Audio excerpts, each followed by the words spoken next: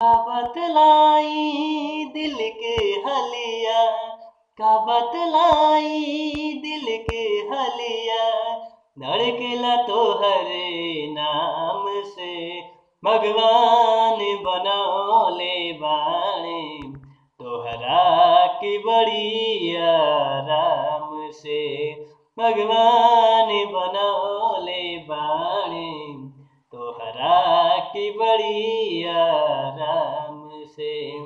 हो का बतलाई दिल के हलिया, हो का बतलाई दिल के हलिया, धड़केला तोहरे नाम से भगवान बनौले बाणे, तोहरा की बड़ी आराम से भगवान बनौले बाणे, तोहरा की बड़ी आराम से।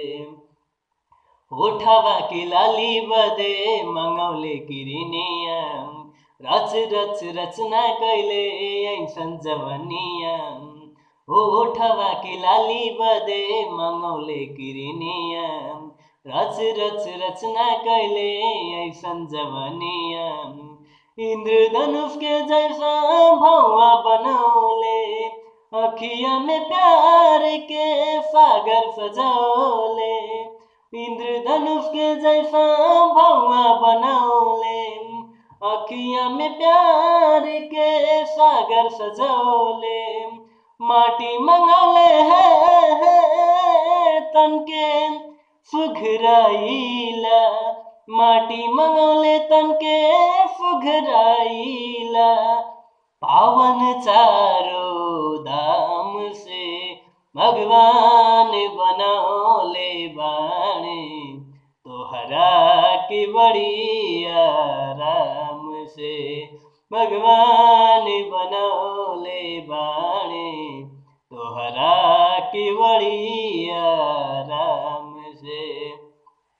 हो का बतलाई दिल के हलिया, का बतलाई दिल के हलिया, धड़केला तोहरे नाम से भगवान बनौले बाणे, तोहरा की बड़ी आराम से ई भगवान बनौले बाणे, तोहरा की बड़ी आराम से। नमस्कार दोस्तों, मैं आशीष विक्रम। और अगर ये आवाज़ अच्छी लगी हो तो प्लीज़ वीडियो को लाइक कीजिए, शेयर कीजिए, कमेंट कीजिए और चैनल को सब्सक्राइब कर लीजिए। Thank you.